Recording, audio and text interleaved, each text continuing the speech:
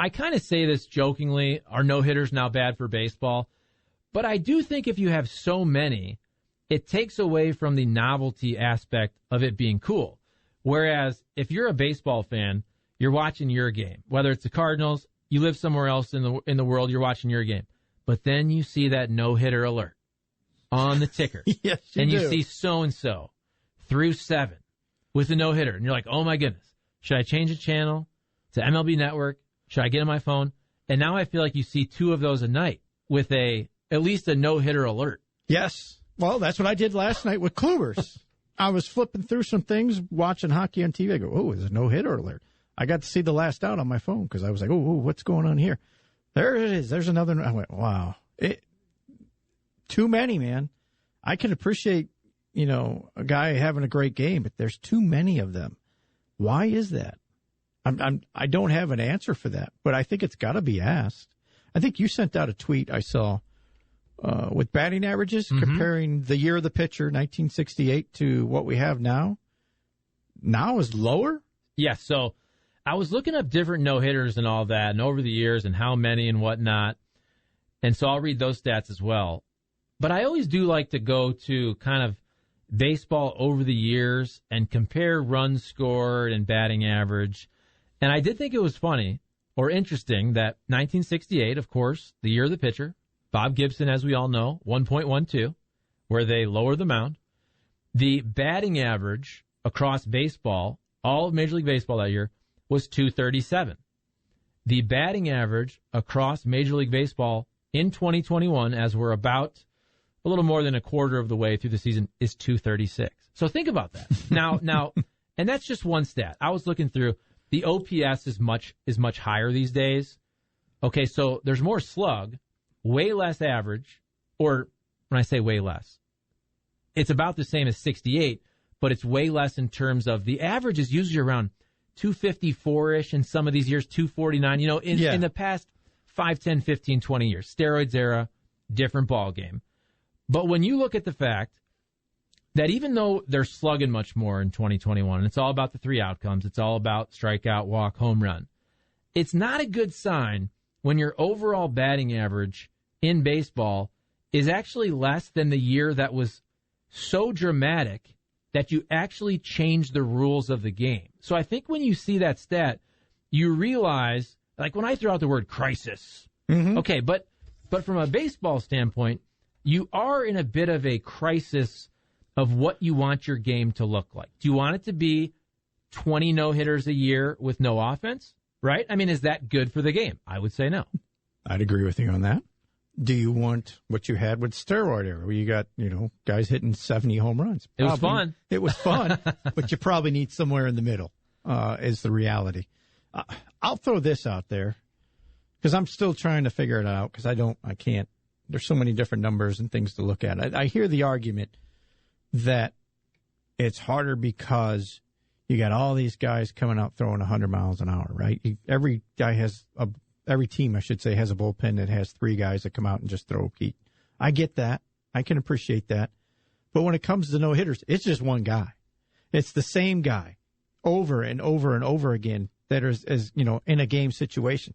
I got to wonder if it's the way they're teaching the game of hitting now that is the reason why we're at. We talk about the shift and how guys won't hit the other way, or they just won't come off of the pull philosophy. Maybe that is part of the reason that they just got to either start teaching it differently, or we're just going to deal with this on a day in, day out basis. What's interesting too is you think about how you get to a no-hitter. And in a way, it's a bit surprising we've had this many, because nowadays teams don't let their pitcher throw more than 105 pitches, right? A lot of times. True. And you get yourself in a tough spot. Now, it's different. If it's Corey Kluber's a veteran. He's been in the game for a long time, right? Yeah. You're not, and I know he's had some injury issues, but you're not as worried about him throwing deep into a game and getting his pitch count up just for the purpose of a no-hitter as if it's your, Jack Flaherty, for example. What if Jack Flaherty is at 103 pitches through 7 innings and he has a no-hitter, right? Now you start to have real, because this guy is young, he's your future, and potentially you want to sign him to a $300 million contract, or he's going to get that from somebody. And what if then through 8 he's got 120 pitches, right? Now you probably throw him out there, but my point is more so you have these really difficult decisions with young pitchers where sometimes if you have a young stud pitcher and he's got 102 pitches in the 7th, deep down that manager's probably happy he gives up a hit, right? Because he doesn't have to have this thing where we all love no-hitters. We all love perfect games, 20 strikeout games. But if you look back and that dude was never the same afterwards for that one game, that's also a shame. Yeah, true on that. It's managers are looking for a reason, right? Okay, how can I get this guy out? There's a hit. All right, I can go get him now. That's truly a factor in what's going on. I just want to. They got to change something, and it's always, let's change the rules. How about let's change the way the philosophy is of the game? I really think hitting, they're going to have to adjust something, because if we're getting and let's face it, Turnbull wasn't an ace guy that got a no hitter. We're not talking about Scherzer like Kershaw like. If these guys continue to throw no hitters, 2 or 3 a month, it's not the baseball, it's not velocity, it's the way they're teaching the game of hitting, and they're going to have to adjust it. I don't know. I'm looking for reasons, and I think that's maybe the next thing to look at. The ball, this and that, put them in a humidor. It does not. That's not the reason they're not hitting the ball. Trust me. So you have 6 no hitters. Really, you could say even 7 with Mad Bum's 7-inning no hitter. Yeah, but it doesn't count. So you have 6, and here we are. What is today? It's May 20th, right? Yeah. So a lot of baseball left to be played. Trivia question for you, Jim. Uh-oh. Most no hitters in a season. How many do you think it is? In a season, in a total baseball season. In a total baseball season, most no hitters. 5? No, it's 8. But still, that surprised me. I thought it would actually prior be to more. This year, I was. Yeah, prior to this year. So this was 1884, by the way. Oh, well, that explains a lot. Right. So the record is 8. Now the modern era record, because again, the 8 was in 1884 when you probably had one baseball and it was black after the second inning, and you had plumbers that were hitting, and then they went to 10 bar at the saloon after they played. That's right. But the record is 7 in the modern era. So 4 different years. 7, okay. Yep, 1990, 91, 2012, 2015, 7 no-hitters. So baseball is 1 away from that. I also think we've had so many in the last week. You had John Means, Spencer Turnbull, Corey Kluber. It also wouldn't surprise me if you go a month without one, right? Because now... I think you should. You better. Yeah, you probably will. Now watch. Somebody will probably throw one tonight. But here's an interesting stat as well. Kyle Seeger of the Mariners, on the field in his career for 9 no-hitters. In his career, he's been on the field either with a no-hitter for the Mariners or facing somebody throwing a no-no. So that's tied with Reggie Jackson and Felipe Alou, second all-time, behind Bert Campaneris, who's number 1 with 11 no-hitters. 11? Being on the field for 11 no-hitters. Wow. 11 is a... Wow. Wow. That is some crazy numbers there. I just think it's interesting. So when your guy pitches a no-hitter and your Bert Campaneris, you go, yeah, okay, whatever. Right. Ho-hum. Yeah. Well, that's kind of this whole argument is, to me, baseball is cool when you have things like the big strikeout games. If you got a guy who's got 16 Ks late and you're like, can he get to 20? Mm-hmm. When it's the no-hitter alert and you switch channels, or a perfect game, even a cycle to a lesser extent, it's just cool because you don't see it very often. Yeah. A 4-homer game. If it happens all the time, it's not as cool. So I do think, look, probably a month will go by at some point in the season. You won't have any no-hitters, and we'll stop talking about this. But it's baked into the overall conversation about not very much offense, not very much action, and a lot of games that are pretty boring. From a ball and play offense standpoint. I'm not saying every game has to be 9-8. I'm not saying it has to be the steroids era, but there has to be a healthy mix. Absolutely. Yeah. Look, we could be sitting here in a month doing the show and go, man, home runs are up. I think they need to do something. Right? It's like, Do you believe it? Arenado's hit a home run in 10 straight games again. It's hard, though, because it's hard to complain about too many home runs. Did we complain about too many home runs during the steroids era until it was over? I didn't until it was over. No. It was till we saw 70. That's a bit high, don't you think? Now, don't get me wrong. Something's a little off there. But I never thought that until after the fact. I mean, I was young, but and that's why it doesn't bother me. It never did when it was going on. I go, well, it's not normal, but so what? And those who were involved with the game at the time, come on, you didn't know? We all knew. We could look at guys and go, that guy is enhanced somehow, some way, but I don't care because he's hitting the ball out and I like to watch it go. There is a point in baseball, though, where there's too much, and I don't think we necessarily ever got there, in my opinion, in Major League Baseball, but I remember growing up in the 90s watching the College World Series, and if you remember watching the College World Series in the 90s with these ridiculous aluminum bats. Oh, my goodness. I mean, these games were 1917. Yes. These games were second basemen hitting opposite field bombs like just at will. That did get to a point where when it's 16-14, when each team's hitting 6 bombs, that's some kind of a joke. This is a softball game I see on the weekend. Right. I agree. Or he threw a ball in on his hands and he crushed it the opposite way. It went out and you went, yeah, that's not right. And he's 5'9". Yeah. Exactly. The Cardinals beat the Pirates yesterday, 8-5, the 2-game mini sweep of Pittsburgh. Jack Flaherty, solid outing, 6 innings, 2 earned runs, 7 strikeouts. But now on the year, and by the way, the Cardinals just score a zillion runs in every Flaherty start. They do. It's something crazy.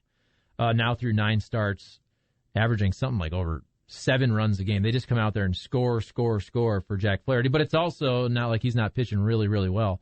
He is 8-0 on the season, 2.53 ERA in 9 starts. Whenever you tie Bob Gibson in anything, you know you're doing well. So he ties Bob Gibson in being 8-0 for the Cardinals after 9 starts. Jack Flaherty, we're starting to see, getting back to the fact that we compare the current Blues to the 2019 Blues too much, we probably unfairly compare Jack Flaherty to the end of 2019 Jack Flaherty, always thinking he's going to be this guy that has a .8 ERA, but dang, he's pretty close to that. He's been really, really solid. He has been good. I would like for him to, like the rest of the pitching staff, quit walking guys. Mm-hmm. That's something to improve on. But you're right.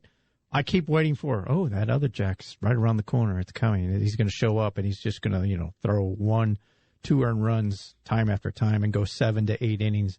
It's a little unrealistic. I would like him to go a little deeper in games, especially because he's getting so much run support to help the bullpen.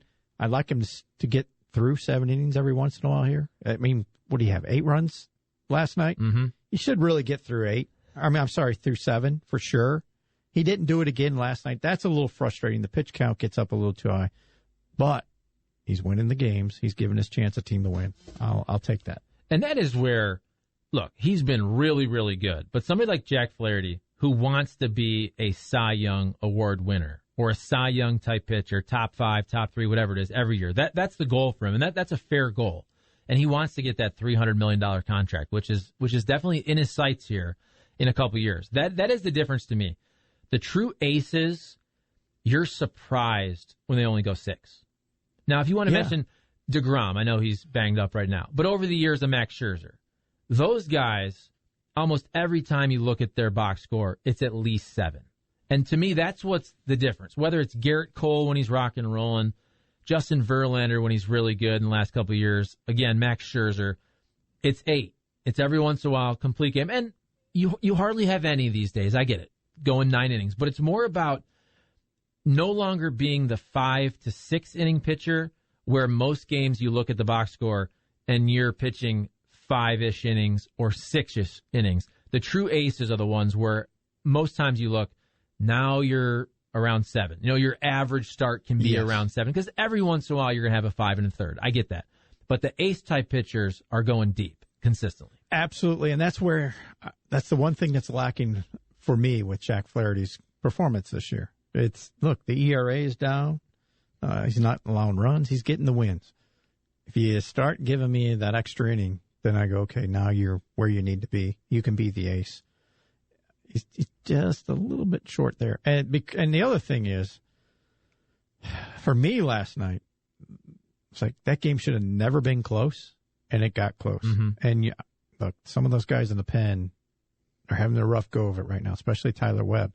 But he's a lefty, and he's alive, and he's breathing, and apparently he doesn't have a bad arm, so they just keep throwing him out there. And he's not been super effective. So he's that fifth, sixth inning guy. That's another reason why you want to go seven. So he's not involved in the game because he is all over the place right now. Bright spot at the end of the bullpen, Alex Reyes, 13th save, 0.39 ERA, 3 strikeouts, and big for him to have no walks last night and we're nitpicking, by the way. We're nitpicking with Flaherty. We're nitpicking with Alex Reyes. But that's the one thing with Alex Reyes where you'd want to clean up is the walks. So it's good to see an outing where he has 3 strikeouts, no walks, and records his 13th save last night. Goldie with a nice game, 3 for 5, couple RBI. Tommy Edman, when this team is rock and rolling, he seems to always be in the mix, 2 for 3, couple of runs, 3 RBI. And Mundo Sosa also, back-to-back, a couple of solid games where it'd be nice if he can be a guy, even when Paul DeJong is healthy, that you feel confident in allowing Paul DeJong to have more days off, because I think that would benefit him and the team if that's the case. So the other good part about yesterday is that the Cardinals not only won, but every other National League Central team lost. And here we are just past the quarter pole of the season, but you're starting to open up a nice little lead in the division with the Cardinals now 3.5 games up on the Cubs, 4 on the Brewers, 5 on the Reds, and good old Pittsburgh, 7.5 games back. We both mentioned this in the commercial break, which will tie into our next topic. But because there's been so many no-hitters lately, and you looked at the probables, and I saw, okay, so this was after Spencer Turnbull threw his no-no. And then I go, man, Jack Flaherty versus the Pirates, and you seem to have a no-hitter every night. Why not? Like, I actually went into that game thinking Jack Flaherty might throw a no-hitter. I did, too. I was watching. I was like, maybe. I think it was the third inning before he finally gave up the first hit of the game. But I was sitting there going, tonight might be the night. Tonight might be his night. And he still might have one left in him before the year's over with. But, yeah. By the way, that's too many no-hitters. Too many. I enjoy it, but there is something seriously wrong if we're going to have this occur 2 or 3 times a month for the rest of the baseball season. They definitely have some issues. Okay. Let's get to that 1 second. Okay. Wrapping up the Cardinals. So now 14-8 at home, 5-0, just beating up on Pittsburgh. Off day today. Obviously, Cubs coming to town this weekend. And yesterday, you had almost 15,000. You had 14,677 in attendance. You got to think that that's going to double for at least one of these games over the weekend. I know some people may still not want to come out with COVID and all that, but I think Cubs weekend series, you're going to see some really nice crowds this weekend, and then the announcement that full capacity on June 14th.